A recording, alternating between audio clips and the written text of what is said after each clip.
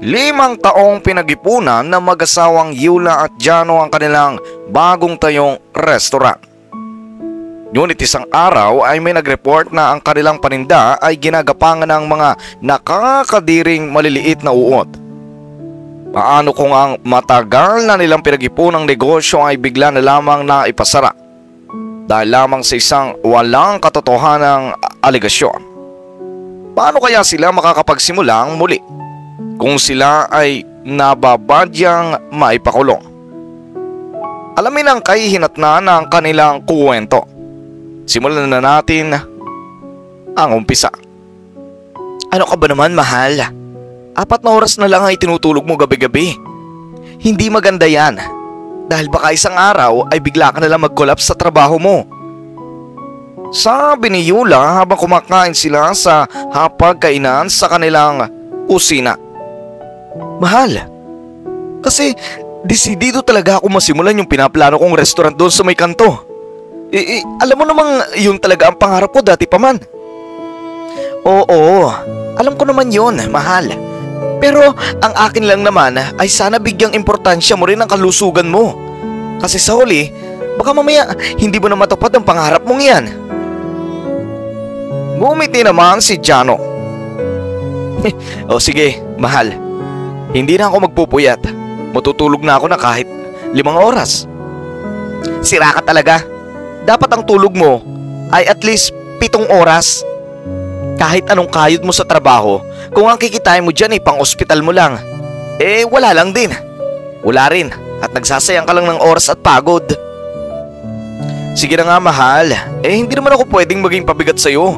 Dahil lalaki ako at ako dapat yung nagpo-provide sa pamilya natin. 3 taon nang mag-asawa sina Yula at Jano. Pareho silang edad 24. Nakatira lamang sila sa bahay ng pamilya ni Jano. Mabait naman ang lahat ng pamilyang members ni Jano kay Yula at tinanggap nila ito ng lubos. Sobra nilang minahal ang isa't isa, kung kaya't kahit na wala pa silang lupa at bahay at magandang trabaho ay pinakasalan na nila ang isa't isa. Konserbatibo kasi ang pamilya ni Jano at hindi pwede sa kanila ang magkarelasyon ng hindi kasal. Sa paniniwalang pangrelihiyon kasi nila ay isang tukso lamang ang pagpasok sa isang romantikong relasyon.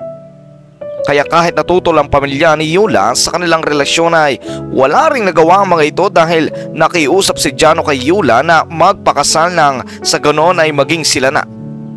Kapag hindi kasi pumayag si Yula na magpakasal ay hindi pwedeng maging sila dahil nga tutol ang pamilya ni Jano. Sa kanilang 3 taong pagsasama ay wala naman silang kinaharap na matinding problema. Sa biyaya ng Panginoon ay mas lalo pa silang naging matatag. Sabi nga nila, natutuwa ang Panginoon sa kanilang desisyong magpakasal kaagad kaysa may mangyari pa sa pagitan nila na ikakagalit pa ng Panginoon. Ganito man ang paniniwala ng pamilya ni Jano ay may pagdududa naman si Yula. Minsan ay napapaisip siya kung tama bang pinakasalan niya si Jano, gayong wala pa silang sariling lupa at bahay. Alam din naman niya na sa hirap ng buhay ngayon ay talaga namang hindi madali ang gumawa ng sariling pamilya. Gayunpaman ay mas nangingibabaw ang kanyang takot sa Panginoon. Mahal, huwag ka mag-alala. Magkakaroon din tayo ng sariling lupa at bahay soon. Ipinapangako ko yan sa'yo. Magiging successful din tayo balang araw.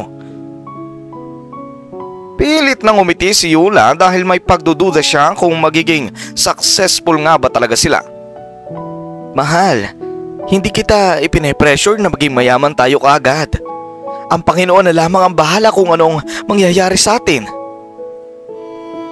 Matapos ang 3 linggo ay nagpakita ng senyales na nagbubuntis si Yula. Nagpa-check up pa sila sa isang clinic at nakumpirma nga nilang buntis nga si Yula. May mga naipon naman si Jano para sa itinatayo niyang restaurant. Pero kung gagamitin niya ito para sa pagbubuntis ni Yula ay hindi naman siya manghihinayang. Ang kaso lamang ay nalulungkot siya dahil tila madedelay naman ang pagsisimula sana niyan sa itatayong negosyo. Nalulungkot man ay kinalimutan na lang niya iyon. Dahil sa uli ay isang biyaya ng Panginoon ang kanilang magiging anak. At liban pa roon ay matagal na naman talaga nilang gusto magkaroon ng anak. Lumipas ang mga buwan at sa wakas ay nanganak na rin si Yula. Isa itong batang babae. Mas naging mahirap para kay Jano ang pagtatayo ng restaurant dahil nahati na ang kanyang suweldo. Ang ilan ay binibigay niya sa mga magulang niya.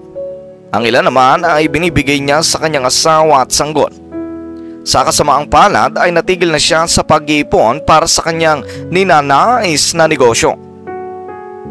Nagdodoble kayod siya sa pagtatrabaho sa supermarket at sa pagpa-part-time ng pagtitinda ng mga balloon sa palengke. Marami rin siyang kinukuha mga extra racket na kagaya na lang sa pag-aayos ng mga sirang phone, sirang appliances at pagmemekaniko sa mga sirang motorsiklo at tricycle. Hanggang sa 7 taon na ang lumipas. 7 taon na rin ang kanyang anak na si Micaela. Sa pagtutulungan nila mag-asawa ay nakapag-ipon sila ng 50,000 piso. Nirentahan nila ang isang espasyo sa kanto at doon ay nagpatayo sila ng isang maliit na restaurant na kaya mag-serve hanggang sa 10 katao. Nag-hire din sila ng 7 katao na siyang tutulong sa kanila sa pagtitinda at pagluluto. Nagkaroon sila ng ribbon cutting sa unang araw ng pagbubukas nila. Masayang masaya ang mag-asawa dahil sa wakas ay ngayon natupad na ang kanilang pangarap na makapagpatayo ng restaurant. Isa sa mga naging katulong sa pagluluto ay ang ina ni Jano na si Winnie. Magaling kasi magluto ang inang ito ni Jano. Naging matagumpay ang kanilang restaurant at talagang dinumog ito dahil sa sarap ng mga inihahain nilang pagkain doon. Habang tumatagal, ang kanilang pagtitinda ay mas lalong sumasabog ang kanilang kita. Pagbukas pa lamang nila sa umaga hanggang sa pagsara nila sa gabi ay dinudumog na sila ng sangkaterbang mga customer. Matapos ang 2 buwan ay talagang masasabing naging successful ang kanilang negosyo. Nakabili na nga ng 2 motorsiklo si Jano dahil ang isa ay para sa personal niyang mga lakad. At ang pangalawa naman ay para sa mga customer na nagpapadeliver. Tumanggap na kasi sila ng delivery orders.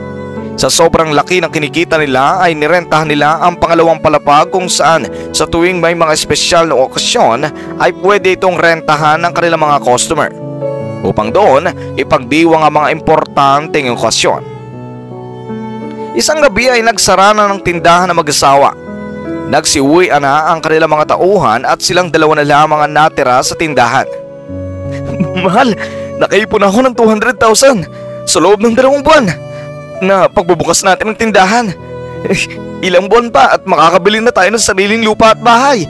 Baka nga makabili pa tayo ng kotse kung papayagan ng Panginoon. Masayang sabi ni Jano. Ngumiti naman sa tuwa si Yula. Sana nga mahal. Halos 10 taon din natin itong pinalano. Mabuti naman at maganda ang kinahinatnan ng pagtitiyaga mo. Oo naman mahal. Sabi nga nila, kung may tiyaga may nilaga. Basta huwag lamang tayong mapanghihinaan ng loob at palagi tayong manalangin sa Diyos. Mabuti na lang at hindi ka sumuko mahal. Siyempre naman, bakit naman ako susuko mahal? Hindi ko hahayaan na habang buhay nila tayong husgahan dahil lang maaga tayong mag-asawa. At patutunayan ko rin sa pamilya mo na walang masama sa pag-aasawa ng maaga as long as tamang lalaki ang pinakasalan mo. Maraming salamat sa iyo mahal. Dahil sa iyo, kaya hindi ko naisuko ang pagkababae ko nang wala sa loob ng kasal. Sigurado kung ibang lalaki ang naging nobyo ko baka normal na lang magawa ko ang mga hindi nararapat. Iyan na lamang ang proud na sabi ni Yula habang pinagmamasdan sa mga mata ang asawa. Ito siguro ang gantimpala sa atin ng Panginoon. Dahil mas nangibabaw ang takot natin sa Kanya kaysa sa takot natin na magutom, sabi ni Jano. Samantala sa isang restaurant sa hindi kalayuan ay namomroblema ang isang mag-asawa na parehong nasa edad 50 taong gulang na. Kakasara lang ng kanilang restaurant dahil alas 9 na ng gabi. Marami pang tirang paninda sa kanila dahil napakakonti lang ng mga nakuha nilang customer ngayong araw na ito. Diyos ko, lugin-lugi na tayo, Marie. Ilang araw na tayong ganito. Sabi ng asawang si Eddie. Kaya nga, Eddie. Ewan ko ba kung bakit bigla nilang kumunti ang mga customer natin. Wala naman nagbago sa lasa ng mga luto natin eh. Sabi ni Marie. Alam mo ba kung bakit? Kasi tinatarayan mo mga customer natin. Tapos kapag malaki ang pera nila, palagi ka pang galit kaya ayaw tuloy. Nagsilayo na sila. Hoy, hindi ako nagtataray ha. Ikaw nga itong nagsusuplado ng may nanghihingi ng sabaw. Paano kung hindi magsusuplado? Wala naman nga tayo sabaw eh. Dahil nalulugi na tayo. Pero namimilit pa rin ang sabaw. Hindi kasi makaintindi. Kahit na. Di ba dapat naging mapagpasensya ka pa rin? Ikaw dapat ang mapagpasensya noong may bumibiling batang babae na 1,000 ang pera. Anong ginawa mo? Di ba sinigawan mo at sinabi mong kay aga-aga 1,000 ang pera pero 20 pesos na kanin lang ang pinili? Sino bang hindi mag-iinit ang ulo? Kapag 20 pesos lang ang kanin ang binili sa'yo tapos 1,000 ang ibabayad. Naku, diskarte nila yun para makapagpabarya sila. O kita mo? Inamin mo rin na umiinit ang ulo mo? Hoy, ano ba kayo? Huwag na nga kayo mag-away. Nag-aaway na naman kayo eh. Sabi ng kadadating lamang na kumare ni Marie na si Chantal.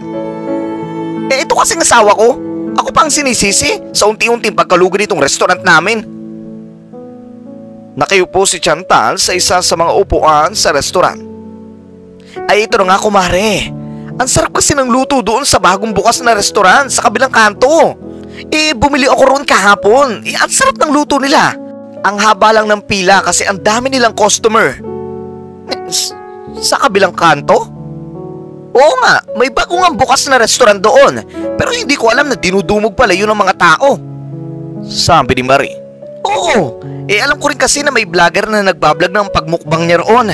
Maganda yung mga feedback niya roon sa restaurant kaya ayun, na-curious sa mga tao rito kaya ayun, dinudumog. Ganun ba? Kung ganun magbayad din tayo ng vlogger na magmumukbang dito. Malay mo maging epektibo din yun. Sabi ni Eddie. Kaya naman pala nawalan tayo ng customer, Eddie. Dahil nagsisilapitan sila roon Kaya huwag mo ako sinisisi ha. Sabi ni Marie. Paano na ngayon yan, Marie? Nagsisilapitan naman na pala sila roon. Makakabawi pa ba tayo? Sabi naman ni Eddie. Huwag kayong mag-alala. 2 buwan na rin naman sila doon. Di kalaunan magsasawa na rin ang mga tao roon. Siguradong lalaos din sila isang araw. Sabi ni Chantal. Kumari, hihintayin pa ba namin yun? Baka mas mauna pa kaming malugi kaysa dumating ang araw na yun Sabi ni Marie. Ano naman ang plano nyo? Baka naman may kailangan kayong baguhin sa menu nyo. At saka yung mga tindera nyo sabihan nyo na ngumiti-ngiti naman. Kung makasimangot ang mga tindera mo daig pang sila may-ari. Sabi ni Chantal. Paano hindi? Nagmana sa may-ari Sabi naman ni Eddie. Che! Sigaw naman ni Marie at naghalukip-kip. Matapos nga nun ay umuwi na rin ang mag-asawang ito sa kanilang bahay. Habang kumakain sila ng hapunan kasama ang kanilang mga anak ay napag-usapan nga nila ang tungkol sa pagkalugi ng kanilang negosyo. Kayo dyan, magtipid-tipid muna kayo dahil mukhang malapit nang magsara ang restaurant natin. Konti na lang ang bumibili sa atin. Sabi ni Marie. Ma, nakita ko si ate kahapon. Bumili ng gulay doon sa restaurant sa kabilang kanto. Sabi ng anak nilang 15 taong gulang na lalaki. Bumibili ka roon? Taas ang kilay na pagkumpirma ni Marie sa panganay nilang anak na si Carla. Kasi ma, ang sarap ng luto nila roon.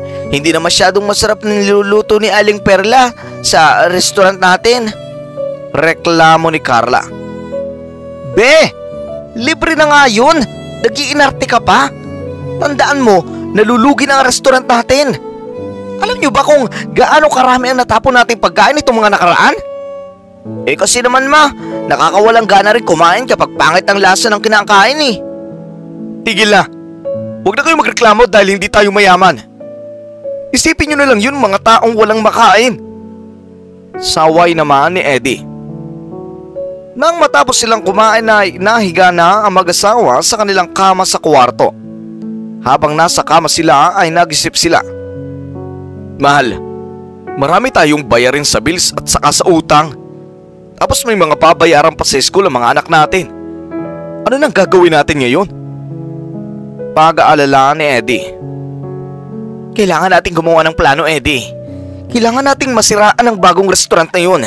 Dahil kung hindi, ay talagang magsasara tayo. Paano naman natin sila masisiraan? Paano kung mag-order kaya tayo sa kanila ng pagkain? Tapos, lagyan natin ng uod para mapasara sila. Masamang suwesyon ni Marie. Diyos ko Marie, kapag nag-order tayo ng pagkain sa kanila, malalaman nilang may sarili tayong negosyo at baka isipin nilang sinisiraan natin sila. Di magbayad tayo ng iba para magpanggap na bumibili ng pagkain sa kanila. Oobra naman kaya yan? Paano kapag nabisto nila tayo? Hindi yan. Hindi tayo mabibisto. Basta galingan lang ng tao magpapanggap. May kakilala ka bang pwedeng magpanggap na bibili ng pagkain sa kanila? Mayroon akong kakilala. Puntahan natin bukas. At kinabukasan niya ay pinuntahan nila ang isang lalaking payat na nakatira sa isang maliit na barong-barong. Ang lalaking ito ay si Totoy. Malalaki ang mga mata nito at namumula dahil sa nakahit-hit ng ilegal na droga. Lulong din ito sa alak, sigarilyo at sugal. Ito ang napili ni Marie dahil alam niyang masamang tao ang lalaking ito at kaya nitong gawin ang kahit na ano para lamang matustusan ang mga bisyo niya. Kinausap nga ng mag-asawang Marie at Eddie si Totoy at ipinaliwanag dito ang kanilang plano. O sige ba, payag ako. 5,000 ang ibibigay niyo sa akin ha? Sabi ni Totoy matapos magpaliwanag si Eddie. Oo naman, basta galingan mo lang ang pag-arte. Naiintindihan mo? Sabi ni Eddie. Ibibigay namin sa iyo ang 2,000 ngayon. Tapos ibibigay namin ng 3,000 kapag nasampahan na ng kaso yung may-ari ng restaurant na yon. O sige, yun lang palang gagawin eh. Napakadali lang nun. Kailan ba natin to gagawin? Bukas na sana. Para naman matapos na natin kaagad to. Ang gagawin mo, ibibidyo mo ang uod na nasa loob ng isda na bibilin mo sa kanila. Tapos i-upload mo yun sa Facebook para mag-trending. Kapag nalaman ng lahat ang tungkol doon ay sigurado mag-aalis na ang mga customer nila. At babalik na naman sila sa atin. Sabi naman ni Eddie. Okay, no problem. Sabi naman ni Totoy. Totoy, may naisip pa akong maganda. Paano kung kainin mo ang isdang yun nang may uod para kapag na-hospital ka, mas makatotohanan? Dadagdagan ka namin ng 3,000. Sabi naman ni Marie. Paano naman kung mamatay ako dyan? Hindi ka mamamatay. Marami nang nakakain yan. At saka kapag hindi mo itinuloy ang reklamo sa kanila, siguradong bibigyan ka nila ng pera.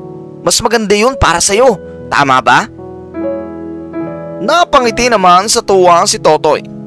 Bigla siyang nasabik na magkakapera na siya ng malaki at ngayon ay may gagamitin na siya sa kanyang bisyo. Samantala, naririnig ng kanyang anak na si Para ang lahat ng pinag-uusapan ng tatlo. Hindi sang-ayon si Para na gagawin ito ng kanyang ama dahil labag ito sa kanyang konsensya. Nang umalis na sina Marie at Eddie ay nag-away sila ng kanyang amang si Totoy. Pinagawayan nila ang tungkol sa binabalak nitong plano at ipinaliwanag na masama nga ito. Pero dahil likas na masama ang ugali ni Totoy at kinain ng kasamaan ang kanyang puso ay wala ring pinatunguhan ang kanilang pagtatalo. Wala na lang ibang nagawa pa si Para kung hindi ang hayaan na lamang ang ama sa kung ano man ang gusto nitong gawin sa buhay. Sa uli ay hindi naman niya kontrolado ang aksyon ng ama. Samantala, mabalik sa pamilya ng mag-asawang Yula at Jano. Isang hapon, magkatulong silang nagsaserve ng mga pagkain sa mga customer. Kagaya ng karaniwan ay marami pa rin customer kahit na 3:00 na ng hapon. Maya-maya ay biglang pumasok sa kanilang establishmento si Totoy. Nadala ang isang mangkok kung saan nakalagay ang binili nitong isda kanina. "Sinong may-ari nito?" Sigaw ni Totoy kaya nakuha niya ang atensyon ng lahat. Anong problema, sir?" Tanong ng ina ni Jano na nakasuot pa ng apron. "Anong problema? Iyan ang problema. Iyang marumi niyong pagkain ang problema." Sigaw ni Totoy sabay lapag sa mangkok sa isang table. Kumalat pa ang sabaw ng isda sa mesa dahil sa lakas ng pagkakalapag niya roon. Ano bang problema sa pagkain?" Tanong ng ina ni Jano. Napalabas mula sa counter sina Yula at Jano upang lapitan ang nagwawalang si Totoy. "Sir, huminahon po kayo. Pwede niyo po bang ipaliwanag sa akin kung ano po ang mayroon sa pagkain na to?" Tanong ni Jano. "May uod yung paninda niyong bangus. Nakakadiri. Mga dugyot kayo!" Sigaw nito na nagpagulat sa lahat ng tao sa restaurant. Nilapitan ng lahat si Totoy at sinilip nga nila ang bangus. Doon ay nakita nga nila ang mga nagsisigampangang uod sa loob ng bangus. Laking gulat nila sa nakita. Ang ilan ay halos masuka pa. "Balak niyo ba akong patayin? Anong gagawin niyo kapag na-hospital ako?" "Sir, huminahon po muna kayo. Pwede po natin itong pag-usapan ng pribado dahil nakakaabala po kayo sa mga customer." Sabi ni Yula. "Hindi. Pupunta ako ngayon sa barangay at isusumbong ko kayo. Hindi kayo dapat nagtitinda rito dahil hindi kayo marunong maglinis sa mga paninda nyo." Sabi ng lalaki at umalis na nga ito. Isa-isa naman nagsilayasan ng mga customer dahil nawalan na sila ng ganang kumain. Ang ilan pa nga ay humingi ng refund. Nagsara ang kanilang restaurant matapos ang sandaling iyon. Tiningnan nila ang mga paninda nilang pagkain at chinek kung sira ba ang mga paninda nila. Pero nakumpirma nilang wala namang sira mga ito. Takang-taka sila kung paano nangyari yon. "Mahal, hindi naman kaya nanloloko lang ang lalaking yun? Imposibleng sa atin siya bumili dahil bagong luto mga paninda natin. Hindi naman tayo nagre-recycle ng mga pagkain." Sabi ni Yula. Tinignan nila sa CCTV ang lalaking ito at nakita nga nila itong bumibili ng pagkain 3 years ago. Ang kaso, ang pagkain na pinagkuhanan nila ng bangus ay maayos naman. Hindi sila naniniwala na totoo ang paratang ng lalaki. Sa palagay nila ay ang lalaking iyon mismo ang naglagay ng mga uod sa bangus. Mahal, bakit naman niya yun gagawin kung hindi siya nasisiraan ng ulo?" Pagtatanong ni Eddie. Hindi ko alam. Pwedeng gusto lang niya tayong siraan dahil maganda negosyo natin." "Pero bakit niya tayo gustong siraan?" "Malay ko sa kanya." "Mahal, Jano, paano kung mapasara itong restaurant natin?" Doon na sila ginapang ng takot. Hindi sila maaaring mapasara dahil marami pa silang plano. Matagal na panahon na nila ang pinag-ipunan ng restaurant na ito at ayaw nilang mawala ito sa isang iglap lamang. Wala pang isang oras ay dumating na nga ang barangay officials at pinapunta sila sa barangay upang magpaliwanag. Doon ay pinaliwanag nga nila ang nangyari at itinanggi ang mga paratang ni Totoy. Ipinatingin din nila ito sa mga tauhan ng barangay ang kanilang paninda at wala ni isa sa mga ito ang bulok o sira. Lahat ay malinis. Nahirapang patunayan ni Totoy na kina Yula at Jano ang bangus na may uod. Sabi kasi ng mag-asawa maaaring sinisiraan lamang sila ni Totoy at baka hindi kanila talaga galing ang bangus na yon. Kaya sa huli ay wala ring naging timbang ang mga reklamo ni Totoy.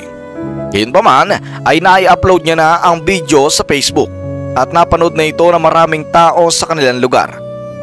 "Sige, kapag na-hospital ako, idedemanda ko talaga kayo." Sabi ni Totoy na galit-galitan. Matapos niyang sabihin niyon ay umalis na rin siya. Umuwi na rin sina Yula at Jano. Kahit na hindi natuloy ang reklamo ni Totoy dahil nga kulang ito sa ebidensya ay nagsara pa rin ang tindahan ng araw na yon. Nagsagawa sila ng cleaning operation para masigurado na malinis talaga ang lahat ng kanilang mga inihahandang pagkain sa customer. 2 araw ang lumipas ay saka sila nagbukas ulit. Ngunit hindi na bumalik ang kanilang mga customer. Natakot ang mga ito na baka makabili sila ng maduming pagkain sa kanilang restaurant. Samantala, ang restaurante na Marie at Eddie sa kabilang kanto ay dinumog ng mga tao. Masayang masaya ang mag-asawa dahil bumalik ulit ang kanilang mga nawalang customer. Sabi na nga ba, Eddie? Effective yung naisip mong plano. Tumatawang sabi ni Marie. Kaya nga Marie, ang talino mo talaga. Mas maganda sana kung naipakulong natin yung mag-asawang yun. Pero hayaan mo na, at least niliyasan na sila ng mga customer. Siguradong hindi na babalik doon ng mga tao para bumili. Sabi naman ni Eddie at sinundan pa ng pagtawa. Kinabukasan, habang naghihintay ng customer, sina Yula at Jano ay pumasok ang mga pulis sa kanilang establishmento.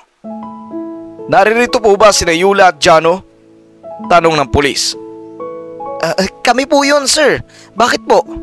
Sabi ni Yula. Kailangan po namin kayong i-confine sa police station dahil sa pagkamatay ni Sir Enriquez Alvarez o mas kilala sa pangalan Totoy. Namatay ho siya sa food poisoning. Laking gulat din na Yula at Jano at maging ang kanilang mga empleyado sa narinig na sinabi ng pulis na to. Ano po? Namatay po siya? Gulat na sabi ni Yula. Nanlaki pa ang kanyang mga mata. Opo ma'am, kaya baka gusto niyong sumama sa police station para maimbestigahan po namin to. Nagtingin na sina Yula at Jano. Ako na lang ang pupunta sa police station para magpaliwanag. Sige po sir, hindi po namin kayo pinipilit dahil wala po kaming warrant of arrest. Ito lang po ay para magkaroon kami ng investigasyon tungkol sa kanyang pagkamatay. Naiintindihan ko po. Makiki-operate po kami. Nahiniwala po kaming wala kaming nilabag na batas. Kaya alam ko pong wala kaming ginagawang masama. Sumunod nga sa pulisya si Jano at nanatili naman si Yula sa restaurant. Pinasara din sila ng mga pulis habang gumugulong pa rin ang investigasyon. Iyak nang iyak si Yula habang kinokomport siya ng kanyang biyanan.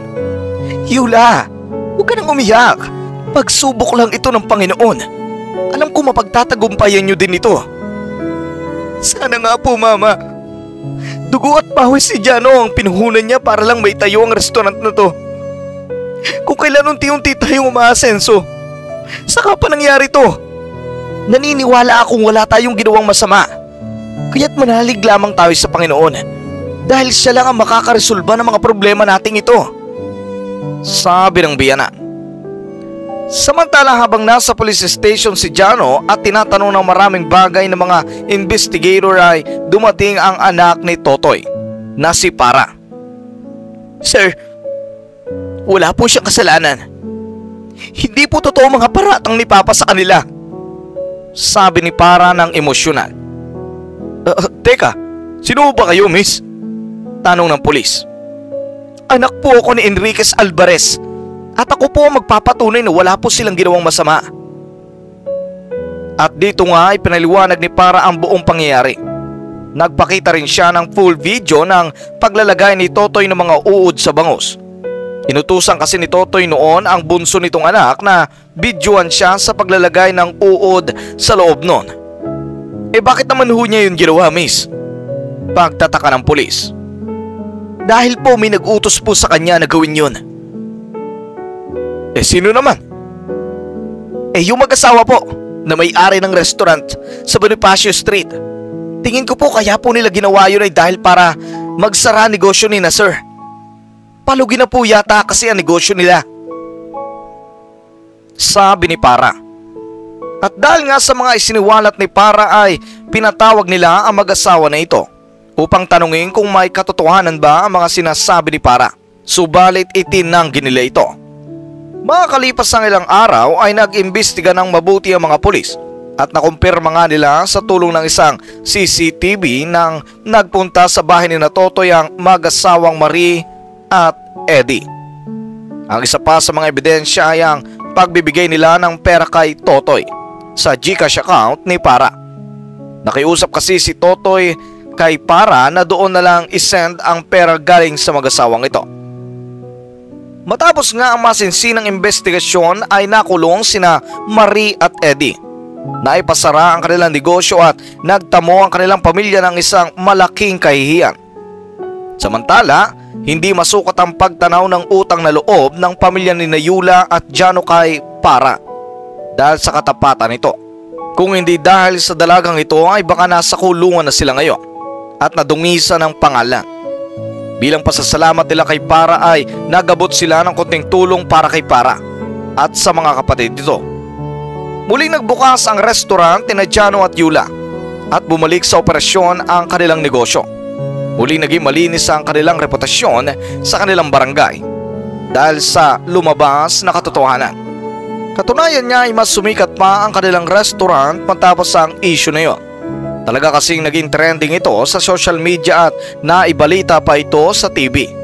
Sa huli, ang katotohanan ay lumabas din. At ang totoo nga ang kasabihan na hindi mananaig ang kasinungalingan sa katotohanan. At dito na po nagtatapos ang kwento para sa araw na ito. Maraming salamat po sa mga nakaabot sa huling bahagi ng bidyong ito. At kung hindi ka pa po nakakapag-subscribe, ay mag-subscribe ka na at i-hit na rin ang notification bell. Nang sa gayon ay palagi kang ma-update sa tuwing meron tayong upload. Yun lamang po, ito ang Dagi TV, nagpapaalam. Peace out.